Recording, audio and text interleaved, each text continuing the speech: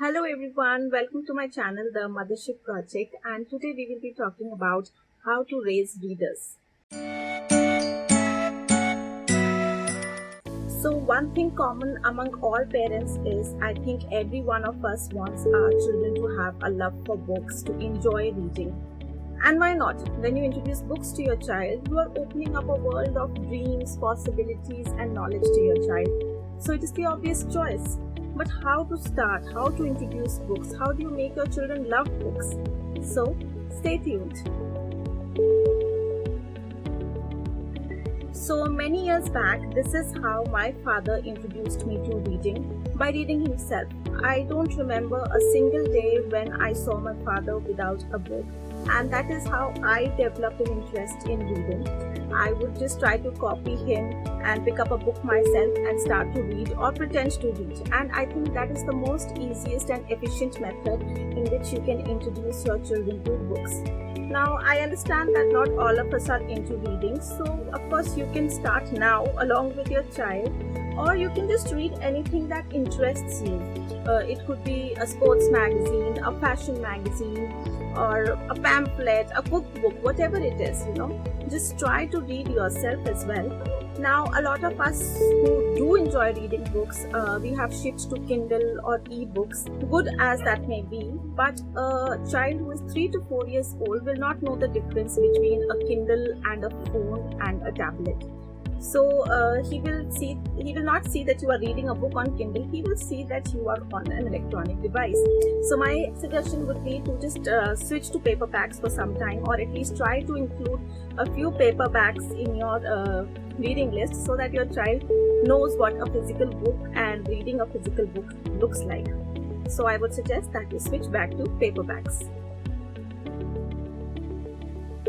Start early.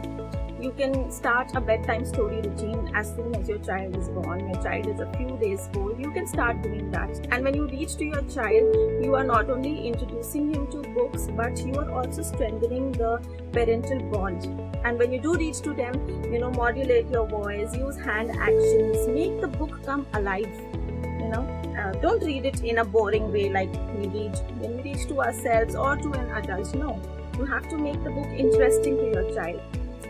So, bedtime story to the rescue.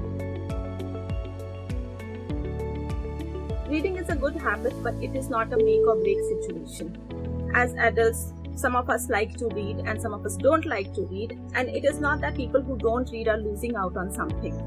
So, if your child is not taking an inclination to books, and this is especially for older children who are 5 to 6 years of age, if you see that your child is not interested in reading, don't force it upon the child that no, you have to sit for 5 minutes, you have to read a book, you have to finish at least 2 pages. Don't do that. Some children pick up the habit of reading later in the stage, when they go to school, a library book is issued to them, or when they see their friends reading a book. And sometimes a lot of people develop the habit of reading as adults.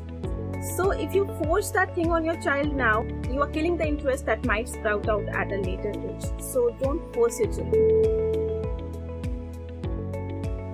Again, with anything that has to deal with children and babies, patience and consistency.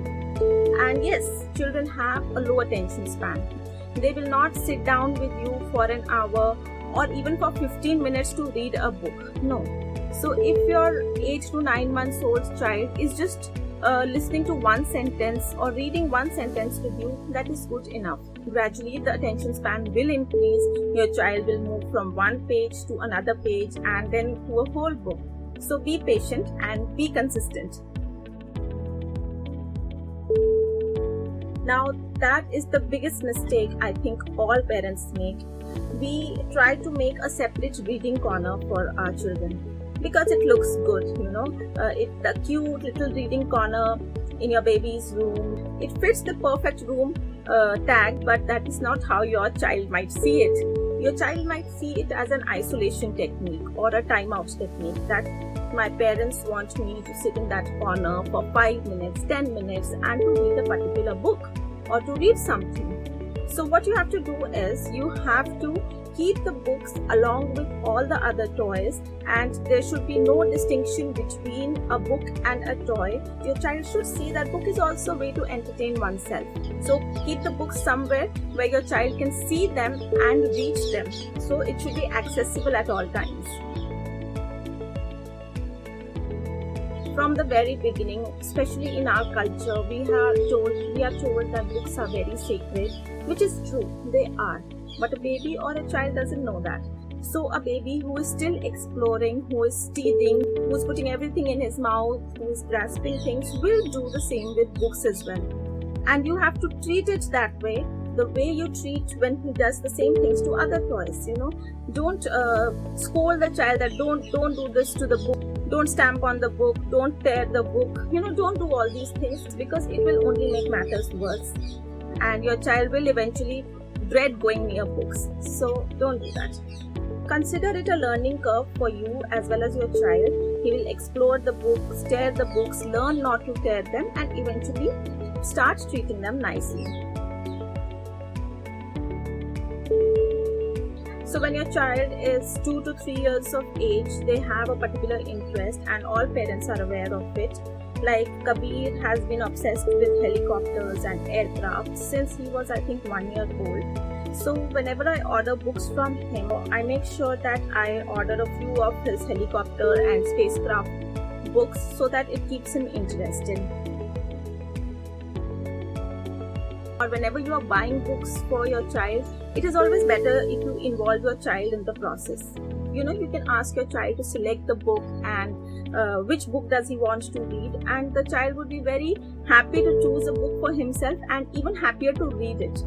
So once the child is old enough, you can involve him in the process and it will develop an interest for reading. Now, where to order your books from? Obviously, you can order them from anywhere, but here I would like to give a huge shout out to the place from where I buy books for Kabir. It is a small startup called Eat, Play and Read. They have an Instagram account. I will leave the link in description box so you can check that out. They have the most amazing collection of books, all international authors, and these books are very difficult to find in India.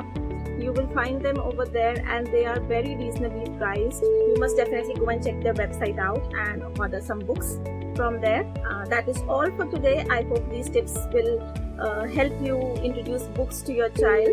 If you have any questions, do let me know in the comment box and I will definitely answer them. And don't forget to hit the subscribe button. Bye bye.